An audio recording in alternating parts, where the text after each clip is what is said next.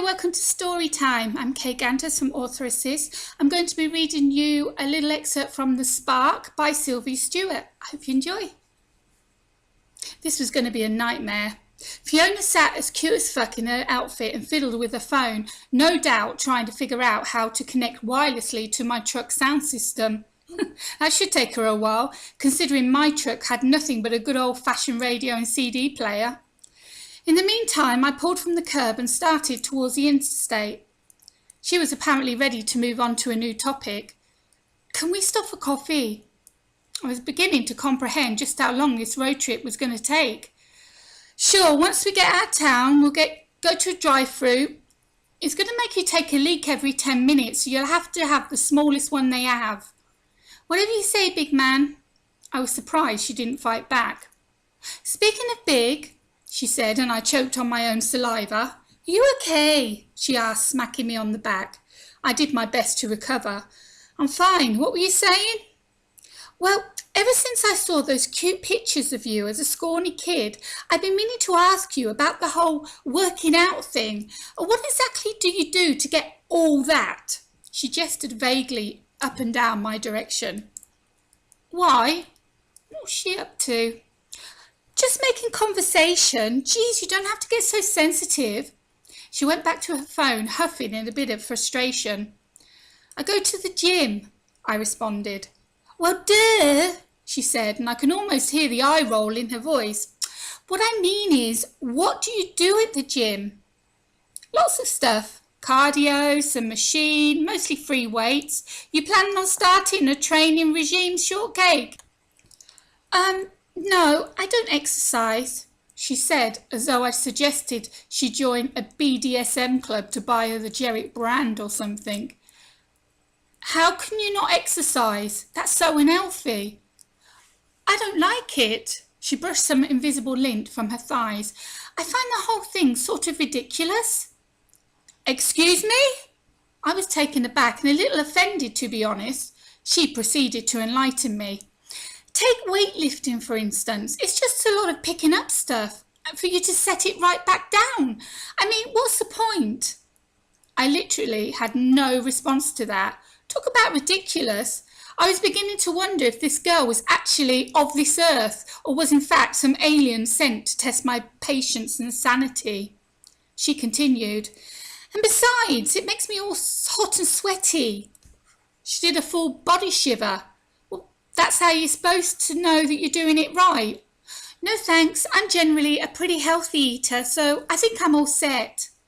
Suit yourself, I said as I checked my blind spot and pulled onto the full one. But don't come crying to me when you hit 30 and your metabolism shuts down. Yeah, you're cute now, but you short chicks need to watch out when the pounds start piling on. I couldn't help myself. I loved getting a rise out of her. She kind of deserved it after completely dismissing what I considered to be an essential part of my lifestyle. She gasped in indignation, as I knew she would. I can't believe you just said that. She slapped my arm. Hey, no assaulting the driver. I turned the radio up just to annoy her some more. An old Rascal Flatts tune filled the cab. She reached over and snapped the power button off. Did you just call me short and fat? No, short Kate, you need to listen better. I said you're going to be fat. I tried and I failed to keep the smirk off my face. This was fun. I cannot believe you ever get laid with the way you speak to women. There's not much speaking involved, sweetheart. I raised an eyebrow and tilted my head towards her. She looked at me as if I'd just asked her to smell my finger.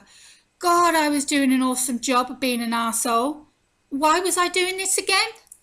Oh, right, yeah, we had a long trip ahead of us and I couldn't afford to have her being all sweet and adorable like she'd been in the apartment this weekend, or do something stupid like tell her about my feelings.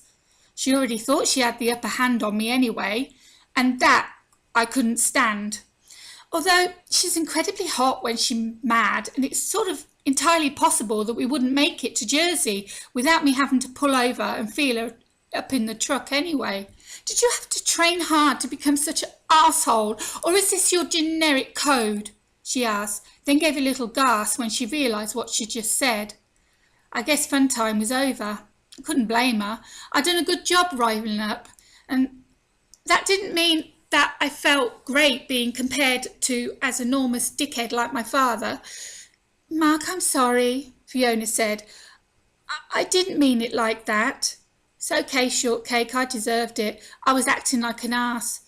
It's so easy to piss you off, I just couldn't help it. No, she began, but I cut her off. Really, it's fine. And I meant it in a way a guy says is fine, not a girl. I gave her a grin so she knew everything was okay. Fine, she said and crossed her arms, sinking down in the seat. I didn't miss the little smile she tried to hide to keep to herself. We stopped to get gas about halfway into the trip, and Fiona practically sprinted to the restroom. I knew she'd be bluffing when she told me a large coffee wouldn't slow us down. After I filled up, I decided to go inside and pick up a drink and snack. I found Fiona pursuing the snack sections as well, with a bag of Cheetos in one hand and a bright red slushie in the other. I crept up behind her and whispered in her ear, I see you're making those super healthy choices you were telling me about. She jumped in surprise and nearly dumped her slushie. Don't scare me like that. I chuckled and grabbed a pack of peanuts for myself. I don't know what it is about these road trips, but my body somehow sends a signal to my brain telling me to do really bad things, she said as she reached for a Snickers bar. I almost choked. Do tell, I managed to say. Huh? She shook her head and sashayed away to the counter at the checkout. I took my time, settling for a drink before following her. This trip was going to be even longer than I thought. When we stepped back into the sunshine, she pulled her sunglasses on and said, You know I was only teasing about Justin Bieber. I actually have excellent taste in music. I even have some country on my playlist, just so you know. She gave me a smug smile. Well, it doesn't matter what you have, because unless you're planning on listening to it through earphones, there ain't no way to play it in my truck. What do you mean? You just plug it in and do the whole Bluetooth thing. Shortcake, what year do you think my truck was made?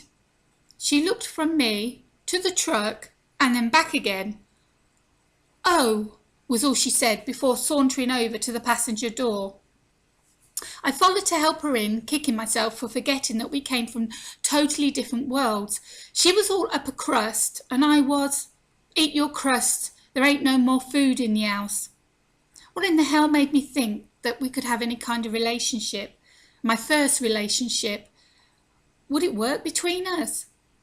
I helped her in the cab and stalked back to the driver's side, my mood suddenly cloudy. It wasn't until a few minutes down the road that I noticed Fiona had unearthed a bunch of shit from a bag and was setting it up on the bench seat between us. What are you doing over there? I asked. I'm exercising one of my skills, resourcefulness. And then, from a tiny black box on the seat came the crystal clear sounds of parachutes kiss me slowly. I looked at the box and then at Fiona. She gave me a killer smile that made me want to pull over, and then she just closed her eyes, leaned back in the seat with a sigh. Well, colour me impressed. My little shortcake was full of surprises. So that was The Spark by Sylvie Stewart, and you've just listened to Story Time.